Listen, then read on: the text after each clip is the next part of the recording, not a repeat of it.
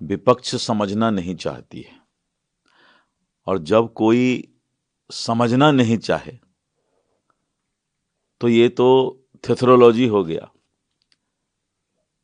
बिहार के चुनाव में के पहले एसआईआर की शुरुआत हुई, और बिहार पहला राज्य है जहां पर कि एसआईआर यानी मतदाता सूची का शुद्धिकरण हुआ। तो क्या बिहार के 7 करोड़ से ज्यादा मतदाता बेवकूफ हैं क्या? जिन लोगों ने एसआईआर को स्वीकार किया, एसआईआर का समर्थन किया, और इतना ही नहीं, मतदाताओं ने अपना भारी प्रतिशत के साथ वोटिंग करने का भी काम किया। तो इस विपक्ष को सबसे पहले बिहार के धरती पर आना चाहिए। बिहार की धरती वैसे भी जो है ज्ञान की धरती है। बिहार ने पूरे देश को संदेश दिया है, ज्ञान दिया है कि मतदाता सूची का शुद्धिकरण आवश्यक है।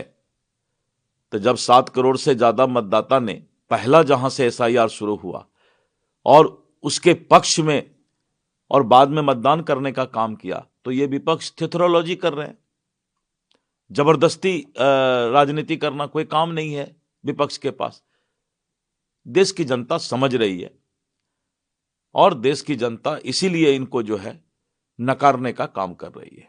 सम्राट चौधरी ने एक बयान दिया था, कहा था कि जितनी भी लालू प्रसाद यादव की संपत्तियां हैं जो अवैध तरीके से कमाए गए हैं उसे सरकार अपने कब्जे में लेगी और उस पर स्कूल खुलेगा। अब राजद ने पलटवार किया है। राजद ने कहा है कि पहले जो स्कूल चल रहे हैं उसे तो सही तरीके से चला ले। ये दोनों दो बात हो गई। अब कोई गलती करे तो गलती करने वाला इंसान को जो सजा मिलेगा तो वो बोले कि पहले जो सही है उसको तो ठीक कर दीजिए। ये तो, इसका तो कोई मतलब नहीं है। जो स्कूल चल रहे हैं, 2005 के स्कूल और आज के स्कूल में अगर इनको फर्क नहीं दिखाई पड़ता है, तो मैं तो बार बार बोल रहा हूं कि अच्छे आंख के अस्पताल खुल गए हैं, इनको मोतियाबिंद का ऑपरेशन कराना चाहिए।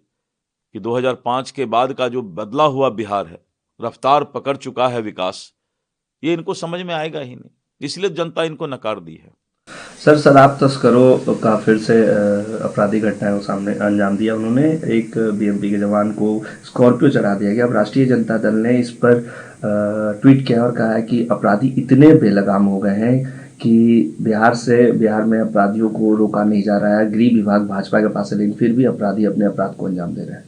पूरे बिहार में जहां की करीब 14 से 15 करोड़ की आबादी है, और 14 से 15 करोड़ की आबादी में जहां एक जगह यह घटना घटी है, तो यानी गृह विभाग जो है 15 करोड़ की आबादी का तो सुरक्षा कर रहा है ना। जो एक घटना घटी है, जो भी अपराधी उसमें होंगे उसको बख्शा जाएगा? कभी नहीं। वैसे लोगों को कड़ी सी कड़ी सजा देगी। और अगर बीएमपी जवान पर गाड़ी चढ़ाने का प्रयास हुआ है और उनकी मौत हुई, तो उस अपराधी को भी कड़ी से कड़ी सजा मिलेगी कि जिंदगी भर याद रखेगा कि फिर इस तरह का गलती नहीं करे। और बिहार पुलिस ऐसे अपराधी को जल्द से जल्द ढूंढ निकालेगी और उसके छाती पर भी दाल दरेड़ने का प्रयास करेगी। सर, 10,000 रुपये दिए गए बिहार चुनाव में महिलाओं को। ऐसे में कई ऐसे लोग हैं जिनके पुरुषों के खाते में भी चले गए।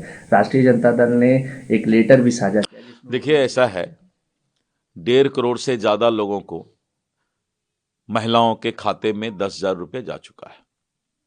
अब 1.5 करोड़ डीबीटी ट्रांसफर में बैंक का कोई मिस्टेक हो, बैंक के द्वारा कोई गलती से किसी के खाते में पैसा चला जाए, तो 1.5 करोड़ में एक आदमी मिला है इनको। बस मैंने कहा ना कि राष्ट्रीय जनता दल के पास अब कोई काम नहीं है, और इस तरह का न्यूज निकाल करके अपना भी समय वो बर्बाद करते हैं, सोशल मीडिया का भी समय बर्बाद करते हैं, और लोगों के सामने इनका माखौल उड़ता है।